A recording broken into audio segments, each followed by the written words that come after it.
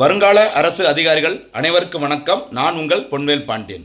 இந்த பதிவில் நம்ம பார்க்க போகிறது இந்தியாவின் முதல் திறந்த வெளி அருங்காட்சியகம். சரியா? அந்த ஓப்பன் ஏர் மியூசியம் அப்படி சொல்லுவாங்க. ஓகேவா? இந்தியாவிலே முதல் முறையாக அந்த திறந்தவெளி அருங்காட்சியகமானது அந்த தொல்லியல் துறையினால் கண்டுபிடிக்கப்பட்ட பொருட்களை காட்சிப்படுத்துவதற்கான அந்த அருங்காட்சியகமானது தமிழ்நாட்டில் தான் திறந்திருக்கிறாங்க. திறக்கப்பட்ட நாள் பிப்ரவரி 13, 2026.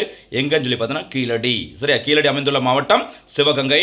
சரிங்களா? இந்த அருங்காட்சியகம் தான் தமிழக முதலமைச்சர் அவர்கள் திறந்து வச்சிருக்கிறாங்க. இதில் என்ன சிறப்பு அப்படின்னா, இங்கு கண்டுபிடிக்கப்பட்ட அந்த தொழில் அகழ்வு ஆராய்ச்சி பணிகளை நிறைய குழியா பள்ளமா தோண்டுவாங்களா, அதில் ஒரு 48 குழிகளை சரியா கம்ப்ளீட்டாக ஃபுல்லாக கண்ணாடிகளாக கவர் பண்ணி அதை வந்து பொதுமக்கள் பார்வையிடுற மாதிரி சூப்பரா ஓபன் பண்ணி வச்சிருக்காங்க. இதுதான் இந்தியாவிலே திறக்கப்பட்ட முதல் திறந்த வெளி அருங்காட்சியகம். சரிங்களா? ஞாபகம் வச்சுக்கோங்க, ரொம்ப முக்கியமானது.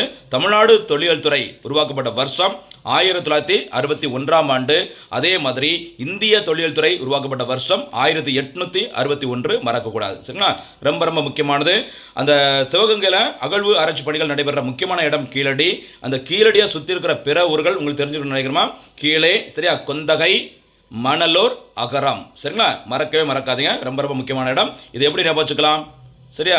கீழே, அதாவது ஒரு அகழ்வு ஆராய்ச்சி பணிகள் அப்படின்னா கீழே கையை விட்டு மணலை அகற்றவும் அள்ளவும் அப்படின்னா உள்ள இருக்கிற ஏதாச்சும் ஒரு பொருட்கள் கிடைக்கும். அந்த பொருட்கள் தான் தொல்லியல் அகழ்வு ஆராய்ச்சியில் கண்டுபிடிக்கப்பட்ட பொருட்களாக இருக்கும். சரியா? கீழே அப்படின்னா கீழடி, கொந்த கை, கையை விட்டு மணலை, மணலூர், அகரவும் அப்படின்னா அகற்றவும் அப்படின்னு நினச்சிக்கோங்க. இந்த 4 இடங்களை மறக்கக்கூடாது. எதுலாமா? கீழடி, கொந்தகை, சிவகங்கை, அடுத்து பார்த்தீங்கன்னா மணலூர், அடுத்து அகரம். 4 இடங்களும் எங்கே இருக்குது? சிவகங்கை. அந்த கீழடியில் தான் இந்தியா முதல் திறந்த வெளி அருங்காட்சியகம் திறக்கப்பட்டுள்ளது. சரியாமா? இன்றைய பதிவிற்கான கேள்வி, கீழடி அகழ்வு ஆராய்ச்சி பணிகள் நடைபெறுதில்ல, அது எந்த மாவட்டத்தில் அமைந்துள்ளது? கீழடியை சுற்றி இருக்கிற பிற இடங்கள் எதெல்லாம், அங்க எங்கெல்லாம் அகழ்வு ஆராய்ச்சி பணிகள் நடைபெற்று வருகிறது?